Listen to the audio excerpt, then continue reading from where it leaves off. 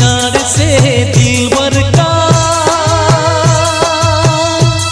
दीदार अधूरा रहता है। जब तक ना मिले नजरों से नजर, जब तक ना मिले नजरों से नजर, इकरार अधूरा रहता है।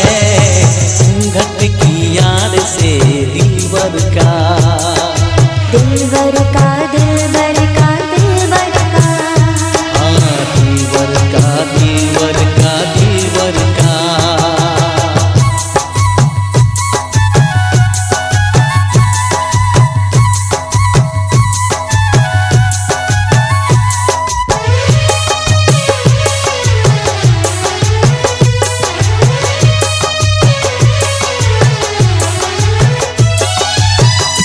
गोरे मुखड़े से घुंघटा हटाने दे, घड़ी अपनी मिलन की तो आने दे। मेरे दिल पे नहीं मेरा काबू है, कुछ नहीं तो चाहत का जादू है। बढ़ती ही जाती है सनम प्यार की ये बेखुदी हो। दो प्रेमियों के ना मिलने से संसार अधूरा रहता है। जब तक ना पड़े आशिक की नजर, जब तक ना पड़े आशिक की नजर, श्रृंगार अधूरा रहता है। घूंघट की आड़ से दिलबर का, दिलबर का, दिलबर का, दिलबर का। हाँ दिलबर का, दिलबर का, दिलबर का।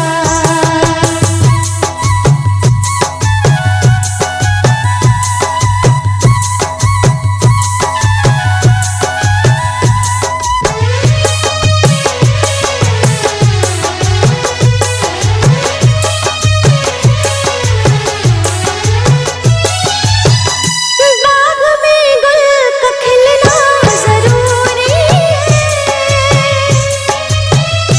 हाँ मोहब्बत में मिलना जरूरी है। पास आने का अच्छा बहाना है। क्या करूं मैं कि मौसम दीवाना है। दिल मेरा धड़काने लगी अब तो ये दीवानगी हो। बिना किसी यार के जाने जा, ये प्यार अधूरा रहता है। जब तक ना पड़े आशिक की नजर, जब तक ना मिले नजरों से नजर, इकरार अधूरा रहता है। घूंघट की आड़ से दिलबर का, दिलबर का, दिलबर का, दिल